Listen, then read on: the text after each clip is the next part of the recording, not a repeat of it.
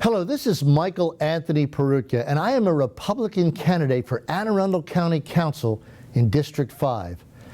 I would appreciate if you give your attention to this brief video, which is brought to you by authority of Friends of Michael Anthony Peroutka, Thomas A. Pavlinick, Treasurer.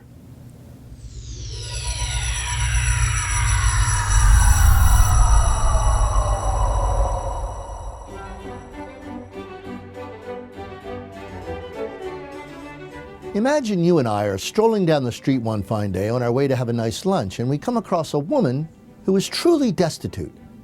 She needs many things, including food to feed her baby. Imagine also that you just cashed a check and you know and I know that you have $200 in your pocket. Now imagine that I decide that you should give the $200 to the woman. Remember, she is truly needy. So I take out my handgun and I order you at gunpoint to turn over the $200 to the woman. And so, you comply. But it's not over. Let's just say that I am so moved by this woman's situation that I order you to come to my house tomorrow and the next day and every day until you die and give me more money so that I can provide for her and her children and her grandchildren indefinitely. Furthermore, I make it clear to you that if you do not do as I command, I will use force against you and your loved ones. Of course, if I behave this way towards you, I would be acting criminally, because I have no right to force you to part with your property, even if the cause is a worthy one. Well, the question then becomes, would this action on my part be legal and righteous if it was done not just by me, but collectively? Let's say everybody on the whole street agrees that we should take your money and give it to the needy woman.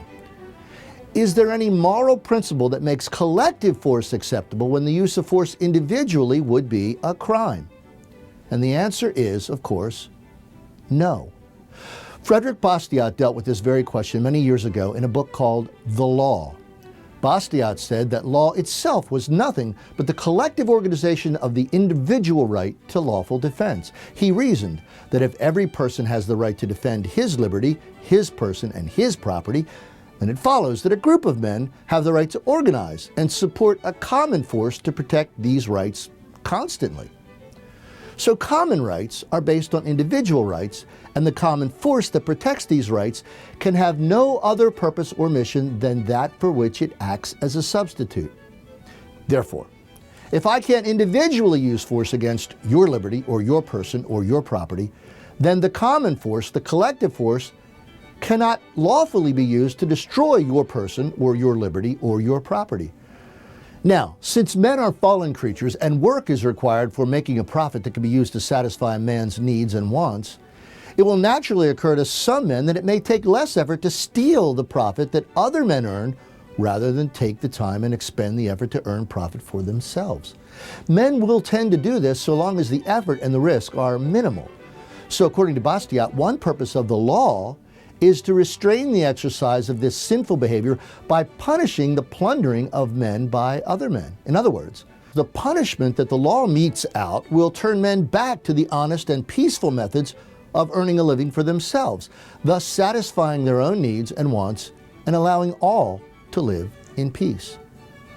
But since those who are in authority in the land are also tempted to steal, it is common and natural that they will invent laws which allow them to steal the profit and the substance of others by means of the very laws they have created.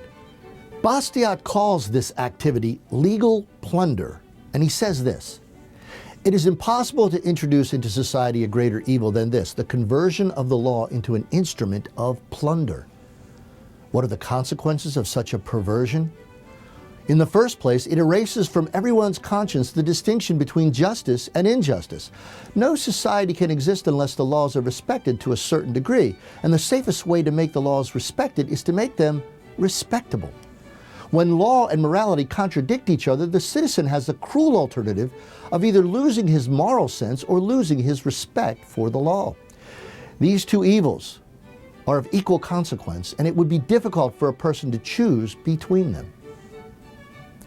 When the local or state or national government violates God's law, what Jefferson and our founders called the law of nature and of nature's God, or when it violates the limits placed on it by the Constitution, which is the contract with we the people, it is acting criminally.